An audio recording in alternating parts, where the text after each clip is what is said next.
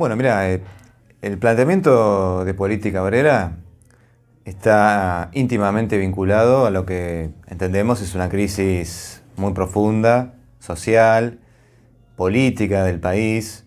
Hay una fragmentación impresionante que alcanza a todos lados, bueno, por supuesto acá.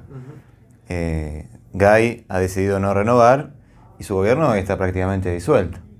Se ha revelado que hay distintas camarillas dentro del oficialismo que están envueltas en una pelea feroz. Ahora, la Bahía Blanca está subsumida en la pobreza, hay más de 100.000 habitantes bajo la línea de pobreza, las escuelas en un estado deplorable, el hospital, el sistema sanitario público completamente saturado, crisis habitacional y bueno, una extensión gigantesca de la precariedad laboral que todavía sigue cobrándose la vida de jóvenes trabajadores, como sucedió con Camila Arias.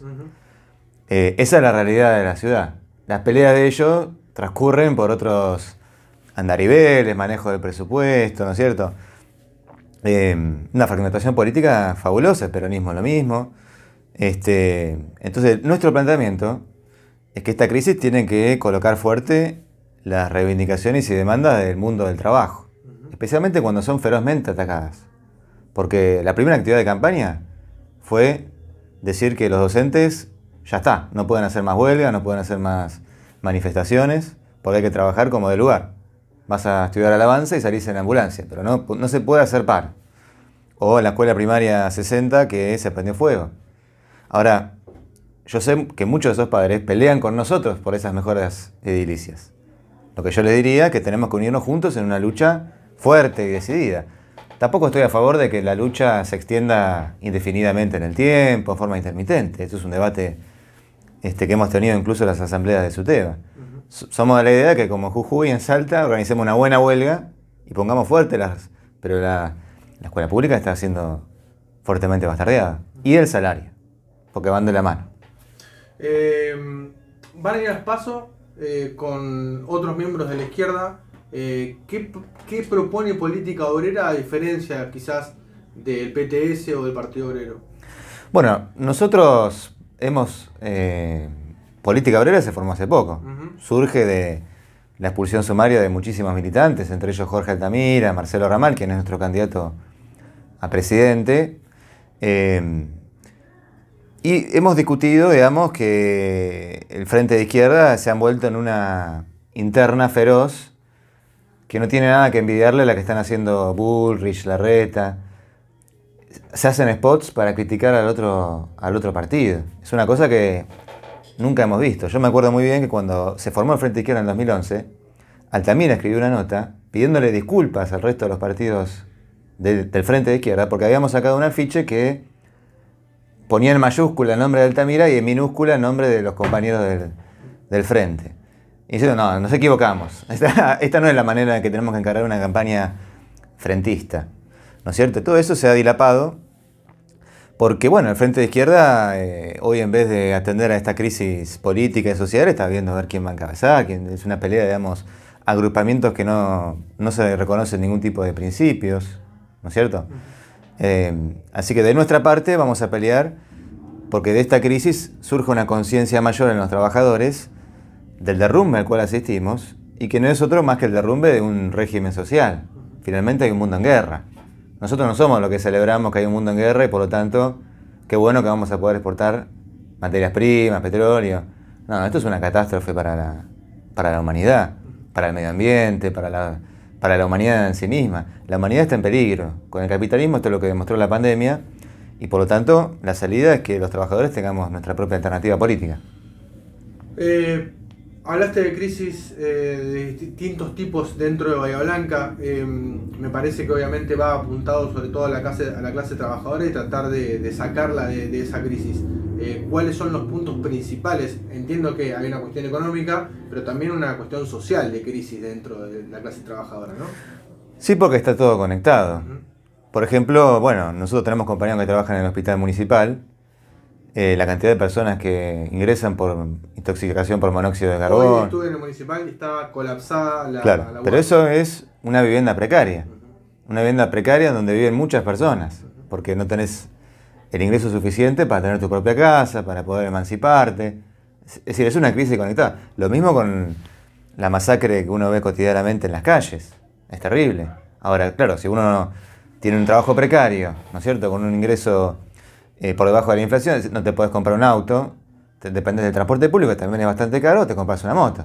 Entonces, la ciudad está de vehículos y así los accidentes que tenemos. Sobre un sistema público, sanitario, que está colapsado también. Porque las camas del hospital municipal se cuentan con los dedos de la mano. Y los trabajadores del hospital municipal están reclamando porque el municipio no nos reconoce un desgaste que sufre obviamente su actividad después de la pandemia. Así que, bueno, tenés una crisis de conjunto. De nuestra parte, pensamos que un alquiler no puede superar el 20% de un ingreso, si no es confiscatorio. Y un plan de vivienda tendría que otorgar créditos que no superen tampoco una tasa del 20%. Pero bueno, hay que afectar intereses. Es decir, hay que afectar intereses porque vos tenés a nivel general el problema de la deuda, una deuda usuraria, fraudulenta, y después tenés intereses que se la llevan en pala, como los que tenemos acá en Bahía Blanca desde hace muchísimo tiempo.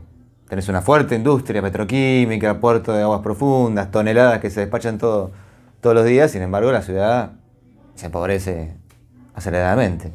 En esa desigualdad que planteás entre quizás las grandes empresas y los trabajadores asalariados, entiendo por lo que me decís que el dinero está ahí, hay que sacarlo y redistribuirlo de otra manera, ¿no?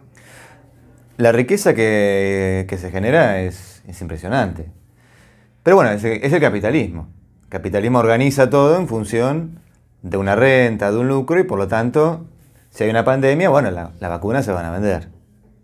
¿Me entendés? Sí, sí. Entonces sucede con todo. La salud está fuertemente privatizada, porque finalmente hay 2 hospitales públicos y hay otros 6 privados. Entonces un trabajador que no puede atenderse en el hospital público, no le queda otra alternativa más que ir al hospital privado.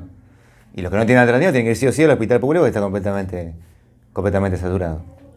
Entonces se ha demostrado, en nuestro entendimiento, de que hemos llegado a una incompatibilidad mayúscula, como nunca antes en la historia, de esa organización social que tiene esa prioridad y no la prioridad de la mayoría que vive de su trabajo. Pero es una incompatibilidad. Es decir, la vida de las familias trabajadoras están en el subsuelo. Eso tiene que revertirse y requiere una lucha política, donde la clase obrera tiene que organizarse políticamente, y ese, digamos, es un aspecto fundamental que también queremos destacar en la campaña. La elección no va a resolver ninguna de estas cuestiones. Dame 3 puntos fundamentales que quieran implementar de manera urgente en caso de llegar al Ejecutivo. En primer lugar, te diría una lucha por el pasaplanta de todos los trabajadores que estén hoy precarizados y un aumento del salario que sea igual al costo de la canasta familiar indexado por inflación. Hay que proteger el trabajo, hay que proteger el salario. Segundo punto, la reapertura de todas las salas médicas que se cerraron y una discusión, convocando a los trabajadores de la salud y demás, de cuáles son las necesidades y el presupuesto necesario para una salud pública universal en Bahía Blanca. Desde ya que esto comprende también las 6 horas para los trabajadores de enfermería, para el personal de salud, que ha sido fuertemente desgastado por la pandemia. Y en tercer lugar, las escuelas. Es decir, acá hay un fondo educativo que se discute mucho, cómo se ejecute y demás. Nosotros consideramos que eso lo tiene que discutir la comunidad educativa, pero no alcanza, porque es algo muy minoritario para el estado deplorable en el cual están las escuelas y la cantidad de personal que hace falta. Emi, la última. Si tendrías que plantearle a una persona por qué los tendrían que votar, ¿cuál sería? Bueno, yo le diría que ahora en agosto va a haber unas primarias. No se va a definir nada. Nosotros somos un partido recientemente conformado. Si considera que estos planteos es importante que estén presentes en la elección de octubre, los convocamos a votarnos en ese sentido, es decir, para que podamos superar ese piso proscriptivo del 1,5% y estar fuerte en el debate nacional que se va a dar en octubre. Muchas gracias.